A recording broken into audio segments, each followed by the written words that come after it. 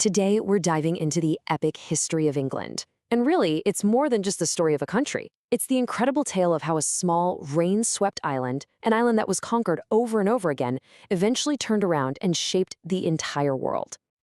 So that's the big question, isn't it? I mean, just look at a map. How did this one place end up having such a massive impact on everything from the language we speak to the laws we live by? Well, let's find out. All right, so really get this, we've got to go way, way back. Back before England was even a word. This story starts in a land that was constantly being redefined by wave after wave of newcomers, each one leaving their mark and forging a brand new identity. So picture this, a wild green landscape, home to ancient Celtic tribes, full of mystery and druidic rites. And around 3000 BCE, they build this, Stonehenge. It's just incredible. It's this silent, powerful monument that stands as a testament to a world that existed long before anyone was writing any of this down. This early period was just pure chaos, in the best way. First up, you've got the Romans marching in, bringing roads, cities, and calling the place Britannia. But then Rome falls, and in come the Anglo-Saxons, Germanic tribes who give the land its name, Angloland, the land of the Angles. And just when you think things might settle down, boom, the Vikings arrive, raiding and settling. The big takeaway here is that from the very beginning, England wasn't one thing. It was a mashup, a blend of different cultures. Okay, so how does this chaotic mix of people actually become one kingdom?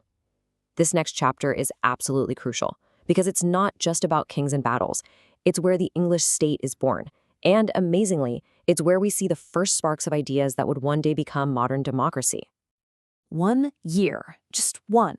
If you only remember one date from all of English history, make it this one, 1066. This is the year that hits the reset button on everything. It completely changes the game. So what happened? The Norman Conquest.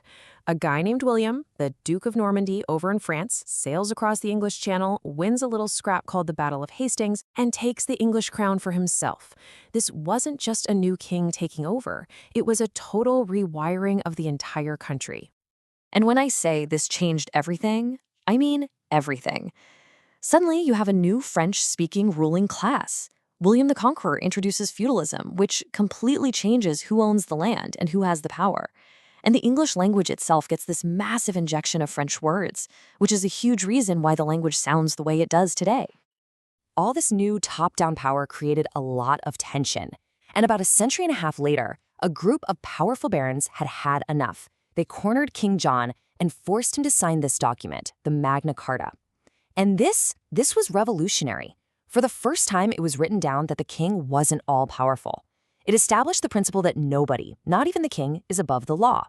That's the seed of modern justice right there. So the kingdom is established. The rules are being written. Now what? Well, now England starts to look outwards. This is the Tudor period, and it's the moment the nation goes from being a player on the European stage to a true global power. All thanks to ambition, a religious revolution, and some really, really good ships.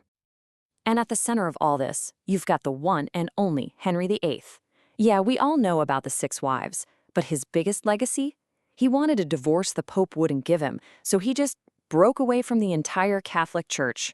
By creating the Church of England, he put himself in charge of the nation's faith and its money, a move that changed England's destiny forever.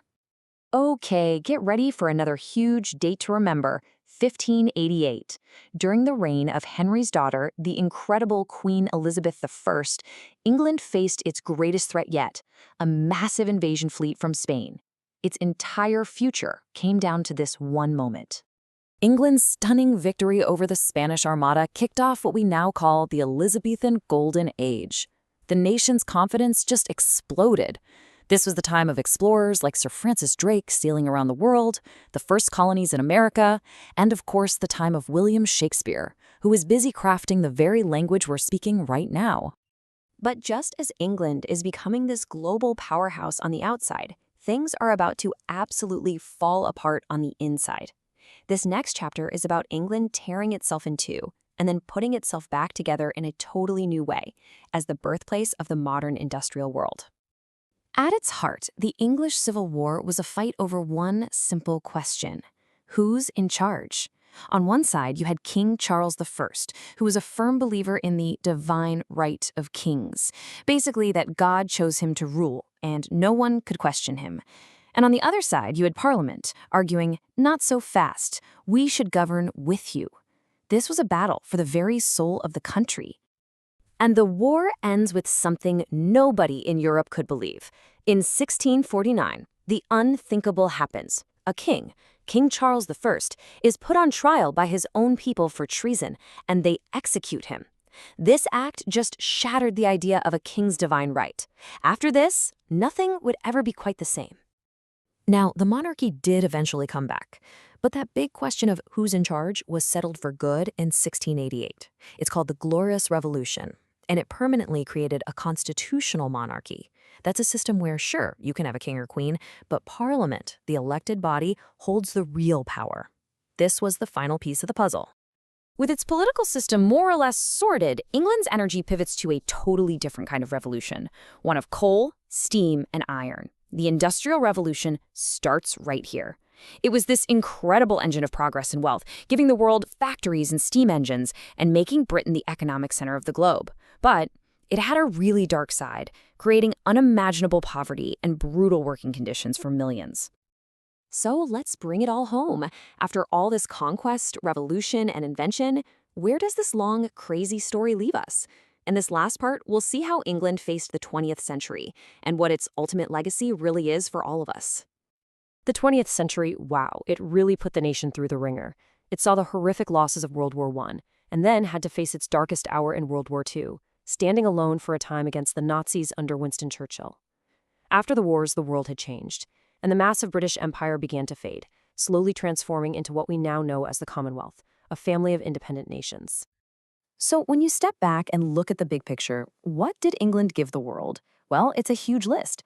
The English language, which has become the global default, the whole idea of parliamentary democracy, born from that fight between kings and parliament, the common law system, which is the basis for legal systems all over the world, and of course the ideas that kicked off the scientific and industrial revolutions that made our modern world possible.